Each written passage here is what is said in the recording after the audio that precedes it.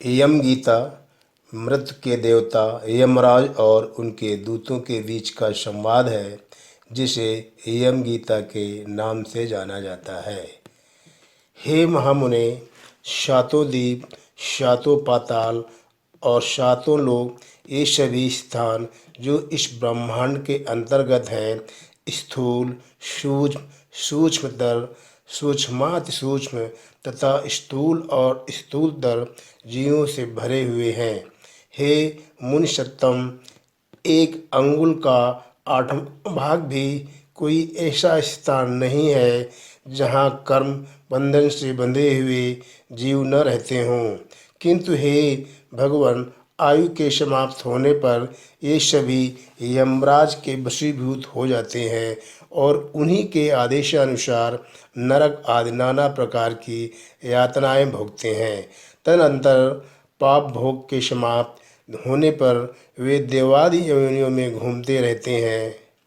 सकल शास्त्रों का ऐसा ही मत है, अतः आप मुझे वह कर्म बताइए जिसे करने से मनुष्य यमराज के वशीभूत नहीं होता। मैं आपसे यही सुनना चाहता हूँ। ऋषि पराशर जी बोले, हे मुने, यही प्रश्न महात्मा नकुल ने पितामह भीष्म से पूछा था। उसके उत्तर में उन्होंने जो कुछ कहा था वह सुनो। भीष्म जी ने कहा, हे वत्स, पूर्व काल में मेरे पास एक कलिंग देशी ब्राह्मण मित्र आया और मुझसे बोला। मेरे पूछने पर एक जात ईश्वर मुनि ने बतलाया था कि ये सब बातें अमुक अमुक प्रकार से होंगी। हे वत्स, उस बुद्धिमान ने जो जो बातें जिस जिस प्रकार होने को कही थीं, वे सब ज्यों की त्यों हुईं। इस प्रकार उसमें श्रद्धा हो जाने से मैंने उससे फिर कुछ और भी प्रश्न किए और उनके उत्तर में उस द्विजश्रेष्ठ ने जो जो बातें बतलाईं, उनके विपरीत मैंने कभी कुछ नहीं देखा।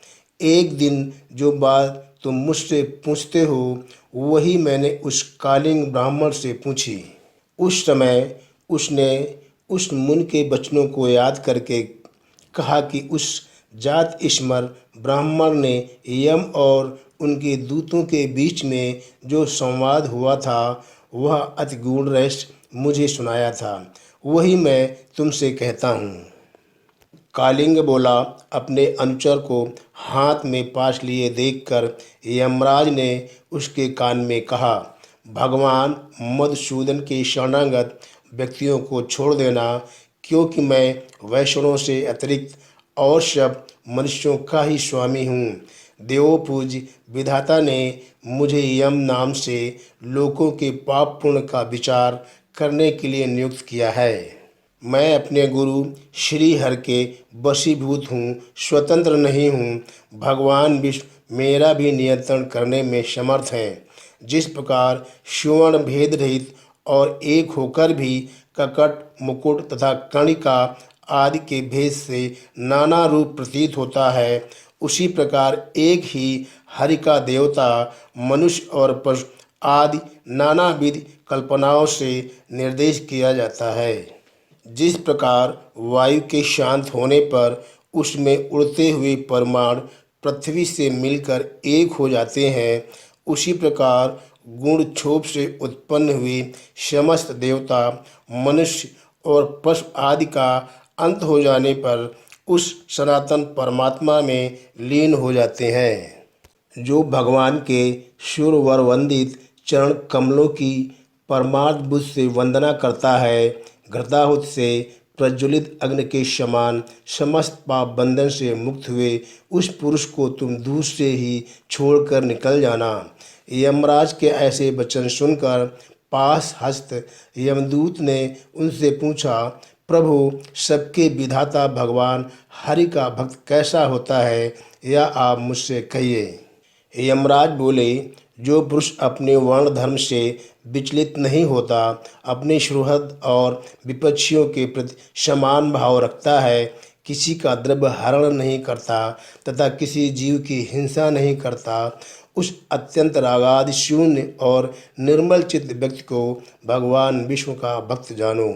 जिस निर्मल मत का चित्त कली कल्मश रूप मल से मलिन नहीं हुआ है और जिसने अपने हृदय में श्री जनार्दन को बसाया हुआ है, उस मनुष्य को भगवान का अतीव भक्त समझो।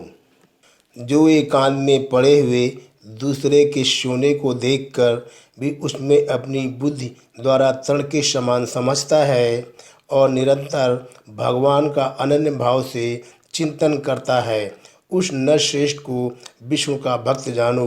कहाँ तो स्फटिक गिरशिला के समान अति निर्मल भगवान विष्णु और कहाँ मनुष्य के चित्त में रहने वाले राग द्वेषादि दोष। अतः इन दोनों का संयोग किसी प्रकार नहीं हो सकता। हिमकर के किरण जाल में अग्नि तेज की उष्णता कभी नहीं रह सकती है।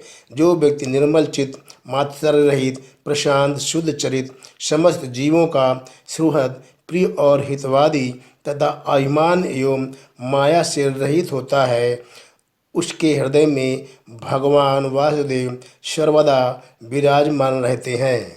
उन सनातन भगवान के हृदय में विराजमान होने पर पुरुष इस जगत में सौम्य मूर्त हो जाता है।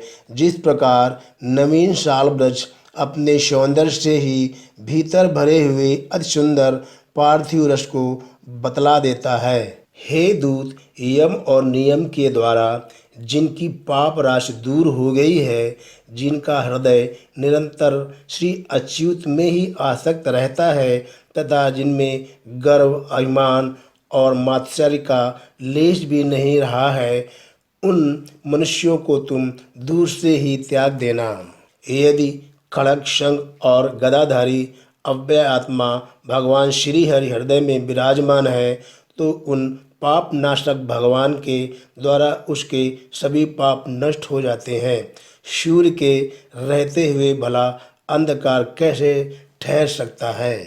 जो पुरुष दूसरों का धन हरण करता है, जीवों की हिंसा करता है तथा मिथ्या और कटु भाषण करता है, उस अशुभ कर्मोन्मुक्ति दुष्ट बुद्ध के हृदय में भगवान अनंत नहीं टिक सकते।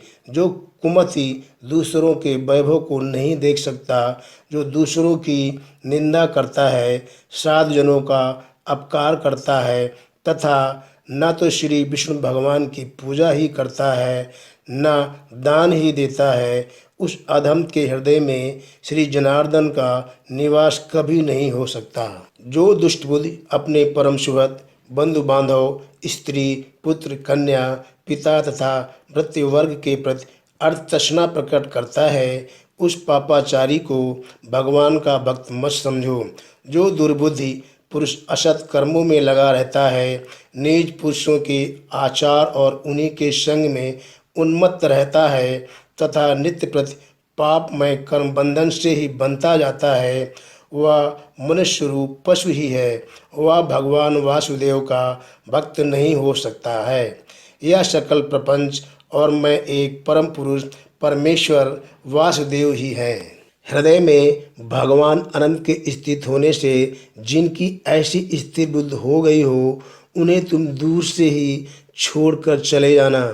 हे कमल नयन, हे वासुदेव, हे विष्णु, हे धरणधर, हे अच्युत, हे शंख चक्रपाणे, आप हमें शरण दीजिए। जो लोग इस प्रकार पुकारते हों, उन निष्पाप व्यक्तियों को तुम दूर से ही त्याग देना। जिस पुरुष श्रेष्ठ के अंतःकरण में वे अव्यय आत्मा भगवान विराजते हैं, उसका जहाँ तक दृष्टिपात होता है, वहाँ तक भगवान के चक्र के प्रभाव से अपने बलवीर नष्ट हो जाने के कारण तुम्हारी अथवा मेरी गति नहीं हो सकती। वह महापुरुष तो अन्य वैकुंठ आदि लोकों का पात्र है। कालिंग बोला, हे कुरवर, अपने दूत को शिक्षा देने के लिए सूर्य पुत्र धर्मराज ने उससे इस प्रकार कहा।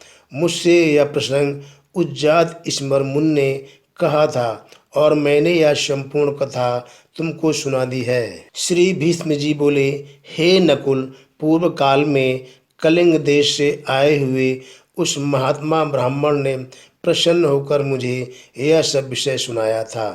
हे वत्स, वही संपूर्ण वृत्तांत जिस प्रकार की इस संसार सागर में एक विष्णु भगवान को छोड़कर जीव का और कोई भी रक्षक नहीं है। मैंने ज्यों का त्यों तुम्हें सुना दिया। जिसका हृदय निरंतर भगवत परायण रहता है, उसका यमदूत, यमपाश, यमदंड अथवा यम यातना कुछ भी नहीं बिगाड़ सकते।